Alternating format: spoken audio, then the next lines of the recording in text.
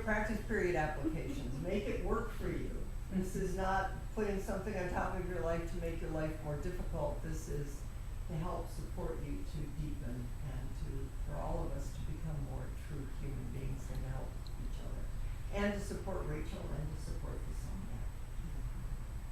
The other thing is, which I think I want to say, is in becoming yourself, we're going to be focusing on the third section, which is about Zen ethics, which is the precepts. That's what we'll do for the next month or so.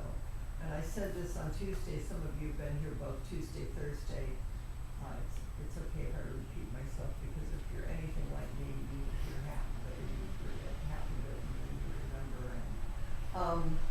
So if anyone is interested, it's not even the right word, if it is in your heart to take formal vows, bodhisattva vows, and if you are devoted to the practice and to this family lineage, and you've been practicing here for at least a couple of years, you should be in touch with me, because I know that Connie is starting another sewing class. But we need to talk and do some that's appropriate. Okay.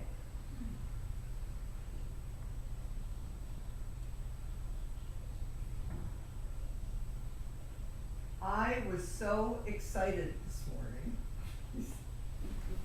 Maybe then in the racial and social justice group that I lead, we've been using Thich Nhat Hanh's 14 mindfulness trainings that engage Buddhism to help ground our practice. This little book on interbeing, which Bob Andrews wholeheartedly recommended, and it's great. It talks about 14 mindfulness. Thich Nhat Hanh's. I'm sorry, just go ahead. Order of interbeing. So did I say the reason I was so excited is that I'm going to read it to you now, is that the Vietnamese translation of the Order of Interbeing, where it came from the Avatamsaka Sutra. Now, how cool is that?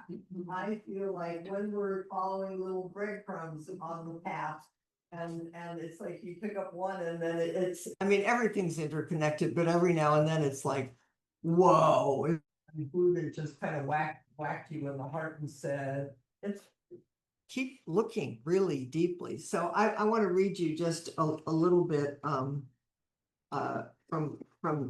his words here.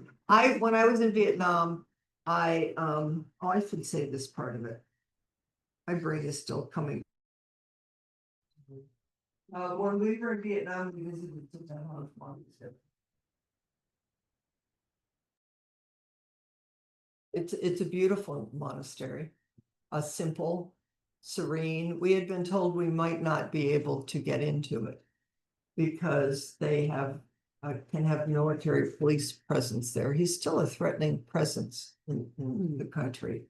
That wasn't we were able to get into parts of it, but we talked to Alan Block the other day, who had also been there, and said that when he was there 10 or so years ago, the whole monastery was destroyed.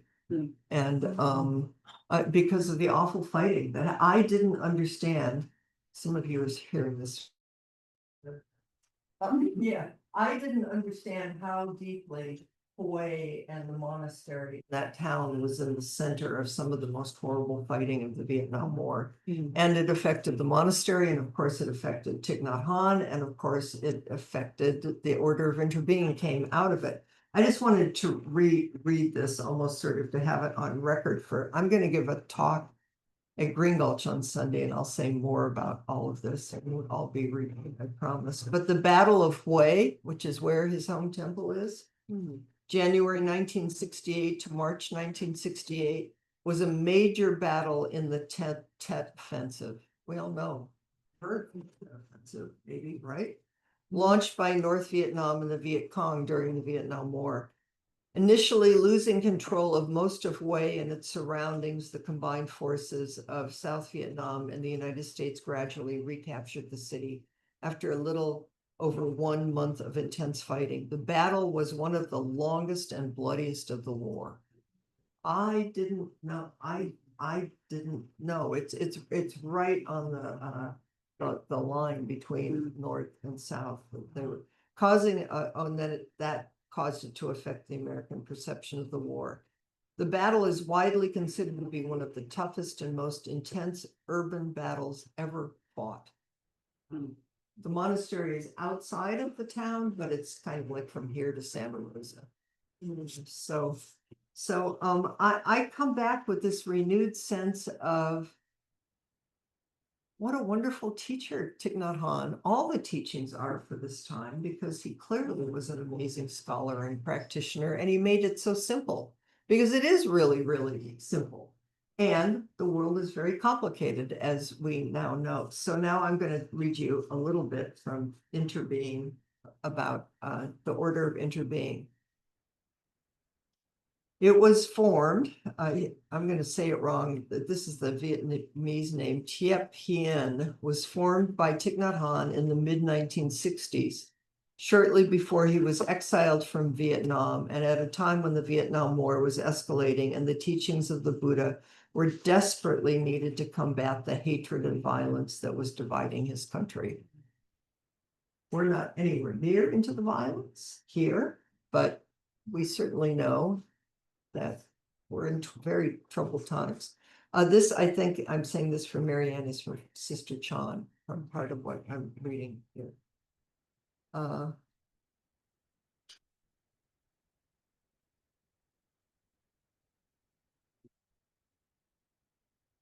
It's called Tiep Hien order.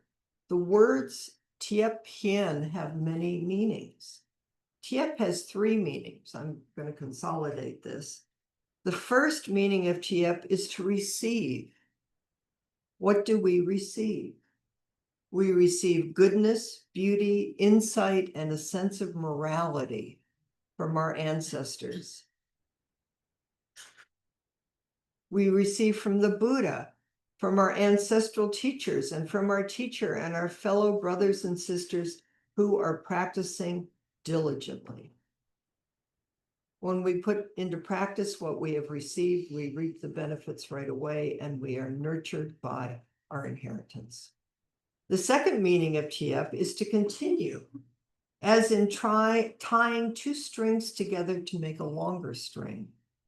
It means extending and penetrating the career of enlightenment that began with the Buddha and has been continuing ever since, and of course is our responsibility. You said that beautifully in one of your talks. Did I say thank you? Thank you all for taking care of the Sangha. Thank you for the people the teachers who led. I hear you did it. Everybody was so happy. That makes me so happy. Tying the strings together, across time and space together. Okay, the third meaning of Tiep is to be in touch. To begin with, we are in touch with the wonderful present moment, the miracle of life that is present in us and around us. So again, he brought this forward during the worst of the war. He's saying, pay attention. This is in all times the most important thing. We have to be in touch. It means with the suffering within ourselves, as well as with the suffering of our environment, our family, and society. And once we have truly understood this suffering, we will know what to do to transform it, as well as what we should not do. This make you happy. This makes me really. So it's like the ancestors are just echoing across time and space, and Thich Nhat Hanh just landed right back in our laps again. The second part of the order's name, Hien, has 4 meanings. First of all, it means the present moment. What we touch in the present moment is life itself. The second meaning is that what is happening in the present moment is that which is happening in the present moment. We have to touch reality deeply, deeply. That's part of what the Avatamsaka Sutra will help us do. What's really happening here? We need to experience the wonders of reality. Only when we are able to be in touch with what is really happening can we realize the practice of dwelling happily in the present moment. This is the Dharma door of living peacefully and joyfully every moment. The third meaning of Hien is to make our objectives become real. Ideals about understanding and compassion are not enough. Understanding and compassion must be real in our lives. They must be seen, touched, and felt. And the fourth meaning is to adapt it to modern needs. This is one of the brilliances. I mean, Thich Nhat Hanh, the Dalai Lama. I mean, how we bring this ancient teaching alive in this time is up to each one of us.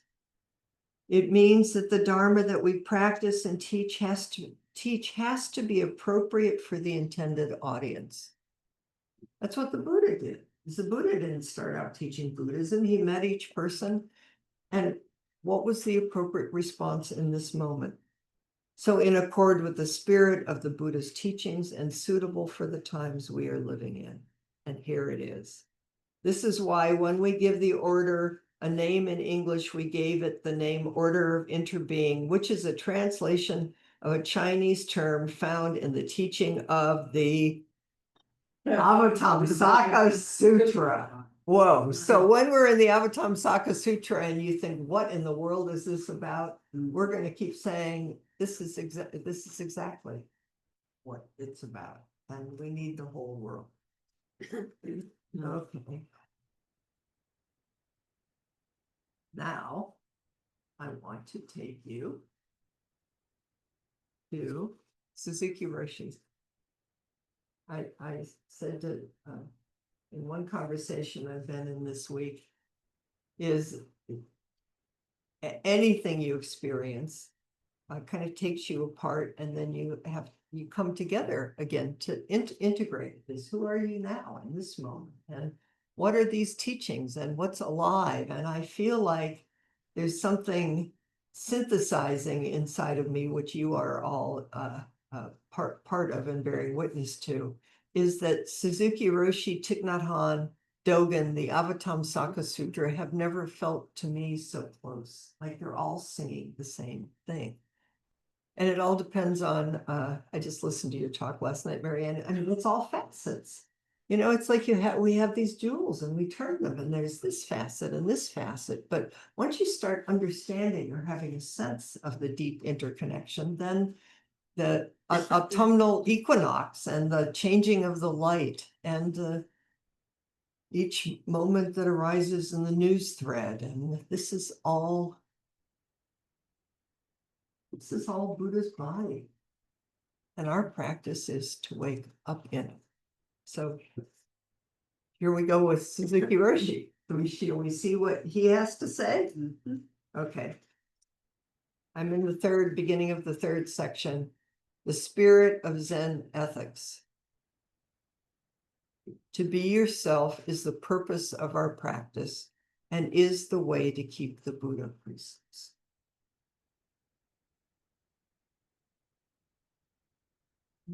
Little ethics are our nature. Instead of putting emphasis on individual precepts one by one, we put more emphasis on our original human nature or Buddha nature. It's like, who are you really? What's really going on here? And so I'm going to read you a little bits of this. I don't intend to explain the Zen precepts or ethical precepts in a traditional way. See, it's somebody who came from another culture, didn't know English, came in, and how do I speak to the people of this time? And he's spoken Suzuki Roshi-ese or English, Japanese. To speak in a way that helps you understand that the precepts are something everyone has as their own nature. They are not something that was decided by Buddha. Precepts are what make Buddha a Buddha. Precepts came first and Buddha came next. Before Buddha appeared, there were precepts. Every tradition has precepts about how to live. I mean, every tradition, because we all know in one way or another, human beings are wondrous and we're all confused and we're all just going to bump into each other and we're going to help each other. And we have a choice about how much bumping and how to help. That's our work. Before anyone comes into this world, there are bodhisattva precepts. Everyone has these principles in the true sense. We interpret them differently because of differences in our ways of life. But originally, ethical precepts are just our human nature. When we transmit the precepts, we put emphasis on this point, not on each of the 250 precepts, which were the early precepts, and then there were even more for the women. Hi, Jill, nice to see you. But on the original universal point that is available to everyone and that everyone can accept. So, our intention in transmitting precepts is to reveal what our original nature is, beyond our various ways of life and interpretations, and to understand how each precept is related to the original nature. So here's a story. I like this little story. Ready? You have to be ready. Are you ready? Okay. I saw enough nods that I'll go on. When Oka Sotan Roshi was a young boy, his teacher, Token Metsu Roshi, here we have the ancestors again, told him to go buy tofu for the monastery meal. On the way to the store, he saw posters advertising an acrobatic theater, and he looked at the pictures for a long time without realizing how much time was passing. Then he heard his temple's bell lunch. He was supposed to have been back already with the tofu for the meal, so he dashed to the store. Anybody identify with this in your own? What? If you don't, look again. Give me the tofu, he said to the shopkeeper. As soon as the shopkeeper gave it to him, he dashed back to the temple. On the way, he realized he had left his hat in the store, so he ran back and said, "Give it to me, give it to me, give me." And the shopkeeper said, "Give you what?" "Give me," the boy said again. His mind was so busy that the word hat wouldn't come out, and all he could say was, "Give me, give me, give me." And the shopkeeper said, "Give you what? What?" And finally, the boy was able to say, "My hat." "What is the matter with you?" the shopkeeper said. "Your hat is on your head." Oh my goodness. It's a great story. Yeah. So the boy dashed back again to the temple with the hat on his head. That was the story. The precepts are something like the boy's hat. The precepts are always on his head, like his hat. If he always has his hat, then there's nothing to think about. That is how you should actually keep our precepts. But he says a little more, and then he just says at the end, sometimes he forgot he was wearing his hat. That's Yeah. it was one of the really sweet things when I was in Vietnam, talking to people who were Buddhists, and a Thai couple also that we were traveling with who was Buddhist. Not, I've been saying this, some of you have heard this, is in America, being Buddhist is still something kind of special or odd. You know, I mean, we're in a Judeo-Christian culture, but when you're in a Buddhist culture, it's just like, this is just what you grow up in. And it's really beautiful and sweet to feel people just practicing with their hat on, because that's what's in their body. And one of the things people said was, one of the marks of Buddhism is forgiveness. You know, so what is this forgiveness that doesn't forget what's important to remember? But what is this forgiveness that is a generosity and an open-handedness? And there was something in what Suzuki Roshi said, is because a lot of it, of course, is forgiving ourselves, because we forget and we remember, and we do something that causes harm that we didn't mean to, and then so we forgive ourselves and we forgive the other, and we realize this is we're all in this mess together, and how we be here directly co-creates the whole world. That's our job. That's what we're doing. Nothing special. And so many of you did this on Tuesday, but I want to bring it forward here again today because there's no end to it. And because I asked Chelsea and Ellis sometime, maybe even a year ago, to work on a statement for the Sangha. We've had on our website a statement from the SCBA, the Soto Zen Buddhist Association, that came out kind of at the beginning of this difficult time. But I wanted something that spoke for us, that was personal and close. And so they kept working on it, and we'd look at it. In the beginning, it was lovely, but it was really intellectual. And now I think it's a little closer, feels a little more to me like a voice that maybe we could all own. But I want I want us to read it together, and then we're going to have a little time to get together in groups to talk about any of this and anything that comes up as you read this. And Gretchen just put it on screen because it's now on the first page of the Dharma Heart Zen website. What I love most about this, I think, is that it's a living statement, because this is a living practice and it's a living vow, and we are alive here with all beings, and that's our joyful responsibility, is to wake up with for all beings. So how about if let's see, how about Kathy Barr, can you read the first paragraph? Constance, can you read the second paragraph? Patty Garrett, can you read the third paragraph? And Nancy Doherty, can you read the fourth paragraph? And we'll just, yeah. Is that okay, Nancy? Hi, yeah. You have to unmute if you want to say something. Is that okay for you to read the fourth? Yes. Okay, great. Okay, so we'll read along. So and mostly feel how the words resonate in your body, how they sing, or maybe there's a word that needs a little more. Keep striking the bell. Okay, a living statement affirming our bodhisattva vows. As we navigate the suffering of our times, Nice and loud. As we navigate the suffering of our times, we recognize that it is essential to continually renew our bodhisattva vows, remembering that all Buddhism is engaged Buddhism, and all of life is the Buddha body. As such, our practice calls us to fiercely cultivate our ability to witness the cries of the world and respond with great care.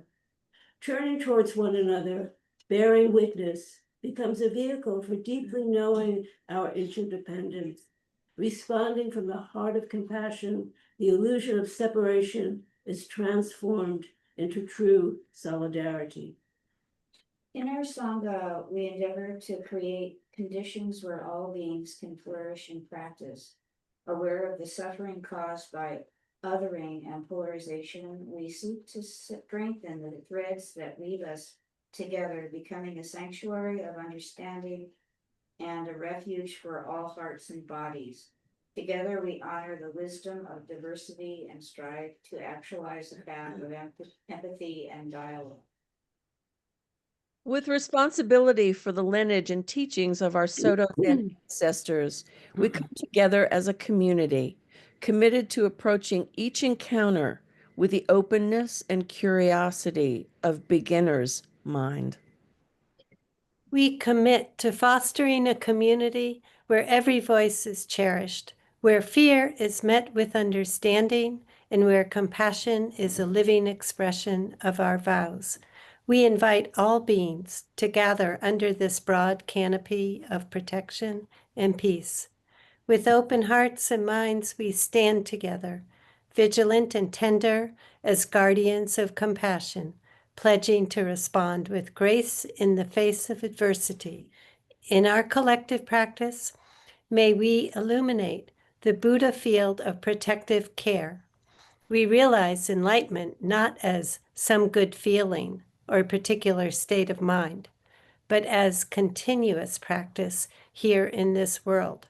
Our work towards refuge and liberation is likewise not a destination, but a living expression of our Bodhisattva vows.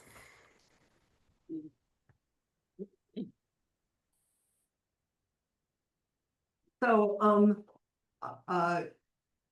if you have any suggestions about any of this or anything arises, you can talk to me. Please send me an email. But in this time, because we're going to have about 15 minutes before we do service for the autumnal equinox and for the whole world, I'm going to suggest getting together into groups of 3. And so as always, each person can have